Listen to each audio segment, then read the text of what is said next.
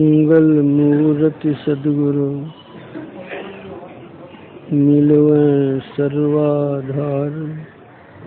मंगलमय मंगल करन विनवाऊं बारंबार। धन्य धन्य सद्गुरु सुखद महिमा कहे न जाए। जो कछु कहूँ तुम्हारी कृपा मोते कछु न बसाए। समवेत समादरणीय सज्जन वृंद, आदरणीय माताओं तथा भक्तिमती बहनों, आप लोगों को मैं प्रवचन सुनाने के लिए नहीं आया हूँ, क्योंकि मेरा स्वास्थ्य अनुकूल नहीं है।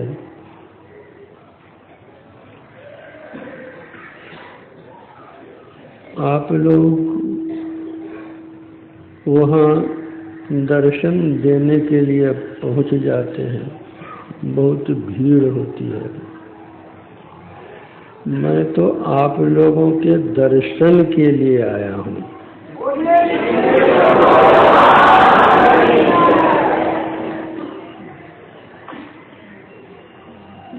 आप लोगों में से कोई कह सकते हैं कि ऐसा कैसे हो सकता है। दूर दूर से लोग तो आपके दर्शन के लिए आते हैं और आप दर्शन के लिए कैसे आएंगे? दर्शन देने के लिए आए हैं। यह आप लोगों की श्रद्धा है, लेकिन वास्तविकता यह है कि मैं आप लोगों के दर्शन के लिए लालायित रहता हूँ। आप कहेंगे यह कैसे संभव है? एक बार भगवान श्री कृष्ण से अर्जुन कुछ वार्तालाप कर रहे थे। वार्तालाप के क्रम में भगवान श्री कृष्ण ने कहा, अर्जुन, कितने भक्त हमारे ऐसे हैं जिनके दर्शन के लिए मैं लालायित रहता हूँ। अर्जुन ने कहा कि भगवान, यह तो बिल्कुल उल्टी बात आप कह रहे हैं। ऐसा भी कहीं होता है? भक्त तो भगवान के दर्शन करना चाहते हैं, और भगवान होकर आप भक्त के दर्शन के लिए कैसे लालायित हो सकते हैं?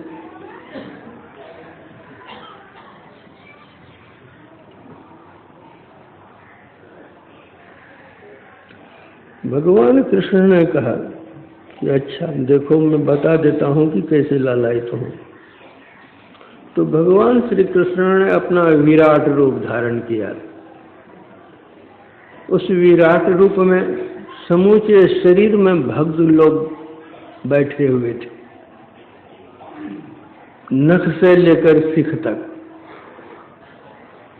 भगवान कृष्ण ने कहा कि अर्जुन, मेरे रूप को देख रहे हो?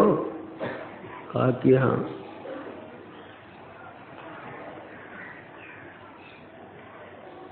क्या देख रहे हो?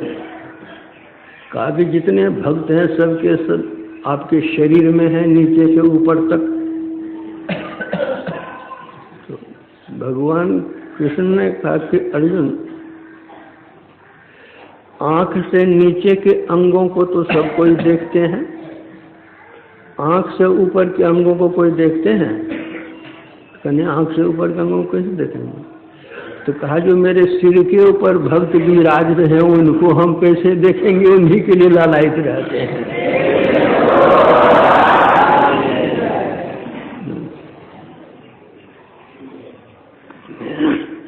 तो मैंने जो कहा है वो सही कहा कि आप लोगों के दर्शन के लिए मैं लालायित हूँ। देखिए, वैदिक धर्म में जितने प्रकार के व्रत या त्योहार हैं, उनके साथ पौराणिक सूत्र तो लगा हुआ है ही, रहता ही है, लेकिन उसके अंदर आध्यात्मिकता भरी रहती है। लोग पौराणिक गाथा को सरलता पूर्वक समझ लेते हैं, किंतु आध्यात्मिक ज्ञान की ओर उनका बहुत कम ध्यान जाता है। जैसे गत कल ही आपके यहाँ षष्ठी पूजा का समापन हुआ है। षष्ठी पूजा में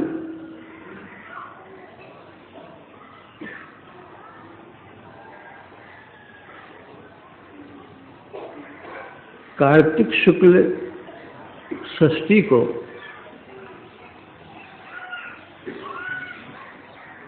संध्या काल में सूर्य को अर्घ्य दिया जाता है और सप्तमी तिथि में प्रातःकालिक सूर्योदय के समय सूर्य को अर्घ्य दिया जाता है। जो कोई नहीं जानते हैं, कितने लोग खष्टी माई की पूजा कहा करते हैं। वास्तव में खष्टी माई नहीं है, खष्टी तो तिथि है, पूजा सूर्य की होती है। हम लोग जहाँ रह रहे हैं यह सौर मंडल कहलाता है, सौर जगत कहलाता है। सूर्य के आधार पर ही हम लोगों का जीवन और मरण है। जब तक सूर्य है हमारे शरीर में जीवन रहेगा। हमारे शरीर का कहने का मतलब जितने प्राणी इस सौर जगत में हैं, उनके जीवन की आशा तभी तक की जा सकती है जब तक सूर्य है। अगर सूर्य नहीं रहे तो सौर जगत का एक भी प्राणी नहीं बचेगा, सब के सब समाप्त हो जाएंगे। इसलिए सूर्य देवी की पूजा बहुत प्राचीन पूजा है।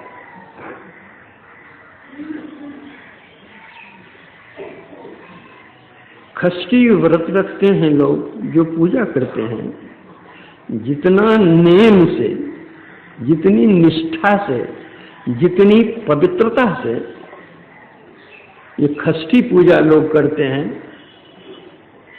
अन्य कोई व्रत त्योहार में इतनी पवित्रता पर ध्यान नहीं दिया जाता है। इसमें बड़ी पवित्रता पर ध्यान दिया जाता है।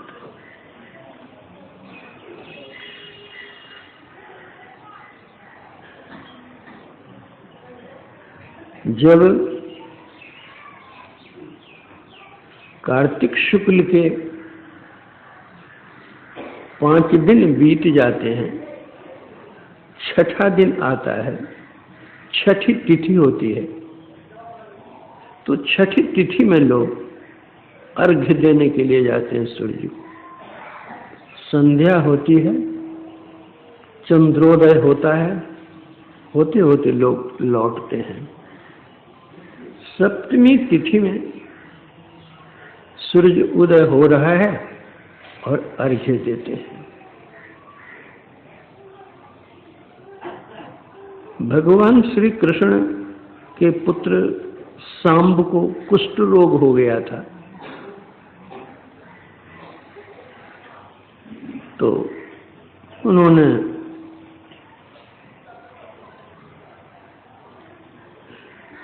जम्बू से वैद्य को बुलाया था, जिन्होंने सांब को सूर्य की उपासना बतलाई थी और उसके करने से उसका कुष्ठ रोग दूर हुआ था।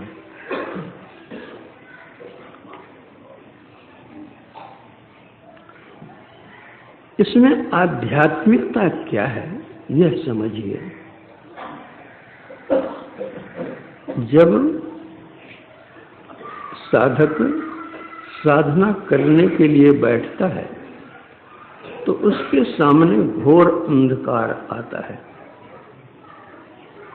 यह घोर अंधकार कार्तिक की अमावस्या है। साधक जब साधना करता है, जब मूलाधार,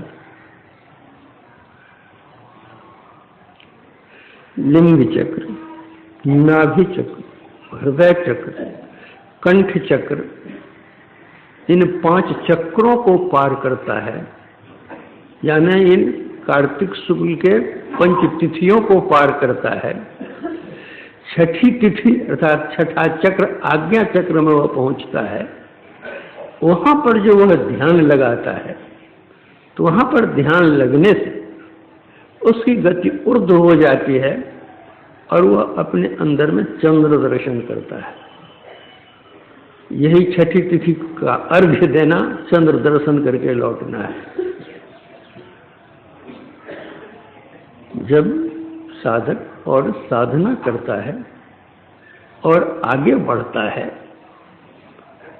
अर्थात सहस्रदल कमल को पार कर जाता है, त्रिकुटी में पहुंचता है, तब उसको सूर्य दर्शन होते हैं। यही है सप्तमी तिथि। छठा चक्र के बाद सहस्रदल कमल और सूर्य दर्शन त्रिकुटी में, यह असली सूर्य की पूजा है। गुरु महाराज की भी वाणी में आया है, त्रिकुटी में सूर्य उगे हो। त्रिकुटी में तो जो इस सूर्य के दर्शन करते हैं, यही षष्ठी व्रत, सूर्य व्रत, आध्यात्म ज्ञान का रहस्य छिपा हुआ है। अभी जो आप लोगों ने पाठ सुना है, मैं भी वहां से बैठा बैठा सुन रहा था। क्या सुनाया गया?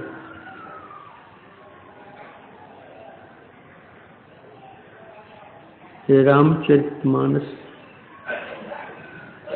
में काकभूषुंडी और गरुड़ संवाद है, शिव पार्वती संवाद है, याज्ञवल्क्य भरद्वाज संवाद है, जिसको खट संवाद कहते हैं, और तुलसीदास जी हम लोगों से कह रहे हैं यह अष्ट संवाद है। तो क्या संवाद दिया ऐसे?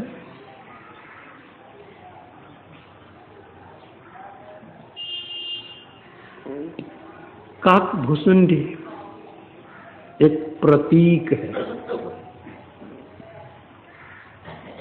कौआ कहीं ज्ञानी होता है, लेकिन कौआ भी ज्ञानी हो जाता है जब तक हम लोगों की वृत्ति अंधकार मंडल में रहता है। अंधकार मंडल क्या है? काला ही काला, काला ही काला है। तो जो काला काला में रहेगा वह कर्म कैसा करेगा? काला नहीं तो करेगा, उजला काम करेगा।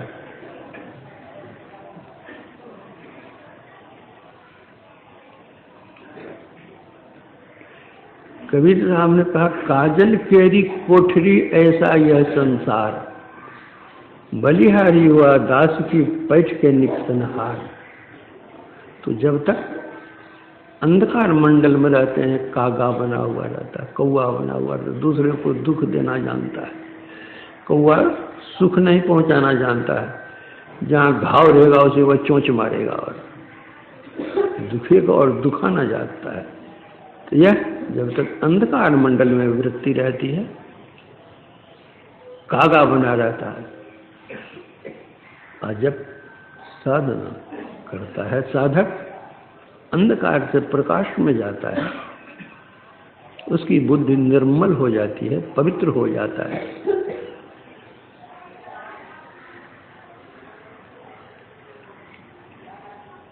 संत तुलसी साहब ने कहा है, नील चढ़ी निर्मल भई, और काक से हंस बन जाता है। बुद्धि पवित्र हो जाती है। हंस देखने में उज्जवल होता है,